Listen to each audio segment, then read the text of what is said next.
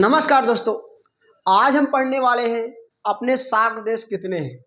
देखिए, किसी भी चीज़ का जब संगठन किया जाता है तो उस संगठन करने के पीछे एक बहुत बड़ा कारण छुपा होता है। हम जिस समय की बात कर रहे हैं, सार्क देश, जिसका पूरा नाम होता है दक्षिण एशियाई क्षेत्र सहयोग संगठन। इसको दक्षेस के नाम से जाना जाता है। दक्षेस, दक्षिण एशियाई क्षेत्र सहयोग संगठन, लेकिन अंग्रेजी में उसे सार्क कहा जाता है। सार्क का फुल फॉर्म जैसे होता है ना कि south Asian association for regional corporation. तो ये जो हमारा फुल फॉर्म है, इसके कहने का मुख्य अर्थ क्या है। नमस्कार दोस्तों, आज हम पढ़ने वाले हैं सार्क देश, जिसको हिंदी में दक्षेस कहा जाता है।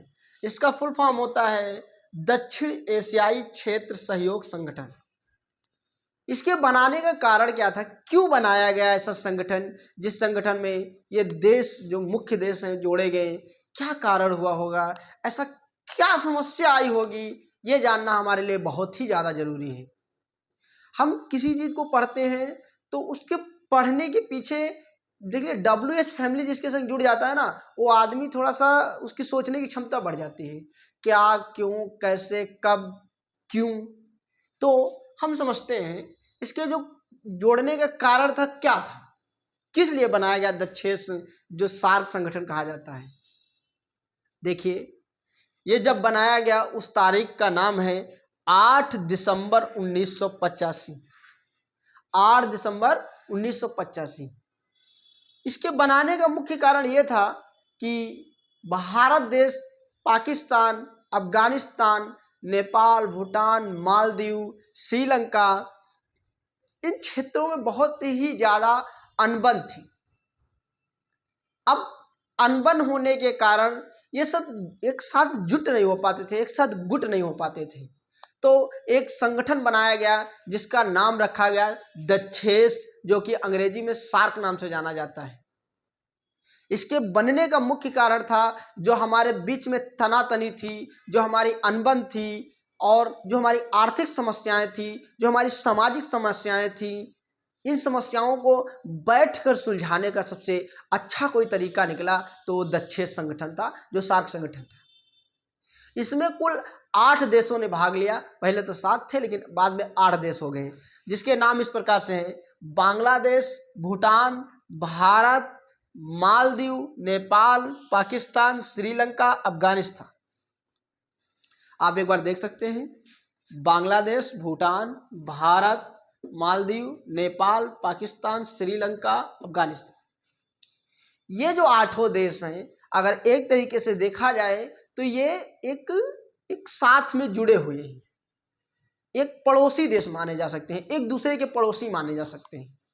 इनके अंदर एक समस्याएं थी कि ये अपनी बातों को एक दूसरे को आदान प्रदान करने में समस्या होती थी। फिर एक संगठन बनाया गया जिसका नाम रखा गया दक्षेस संगठन, जो कि सार्क नाम से जाना जाता है, जिसका जो केंद्र, जो ऑफिस बना, अगर पूछा जाए कि सार्क संगठन का ऑफिस कहाँ है तो वो ढाका में है। इसके बनने का जो मुख्य उद्देश्य था, आप समझ में आ गया होगा कि जो हमारी आर्थिक समस्या थी, सामाजिक समस्या थी, सांस्कृतिक जो हमारे भेदभाव वाले समस्याएं थी, उन समस्याओं को निपटने के लिए सबसे अच्छा एक तरीका अपनाया गया कि एक गुट बनाया जाए, उसमें 8 देशों के अपने अपने अध्यक्ष चुने जाएं और वो बैठ करके किसी चीज़ का निष्कर्ष निकाला जाए। आज से नहीं, आदि से हमारे तो पूर्वज बताते आए हैं कि जब किसी समस्या का हल न निकले तो उस समस्या का हल बैठ के निकालना चाहिए, और यही किया गया। यही करने के बाद जब सार्क संगठन बना तो सारे देश के अध्यक्ष एक जगह इकट्ठा होकर के, और वो जगह थी ढाका, जो कि नेपाल में पड़ती है, वहाँ पे बैठ करके इस समस्या का जो हल निकलता गया, उस हल की वजह से आज तक जो शांति बनी हुई है, उस शांति का मुख्य कारण ये सार्क दक्षेस संगठन है, जिसको इस नाम से जाना जाता है सार्क दक्षिण एशियाई क्षेत्र सहयोग संगठन। तो मेरी आशा है कि आप इस सवाल को अच्छे से समझ चुके होंगे कि सार्क संगठन में कुल कितने देश थे और सार्क संगठन बनाने का मुख्य कारण क्या था। तो आज की क्लास हमारी यहीं तक। आप बताइएगा कि आपको क्या सीखने को मिला और कैसा लगा। बहुत बहुत धन्यवाद।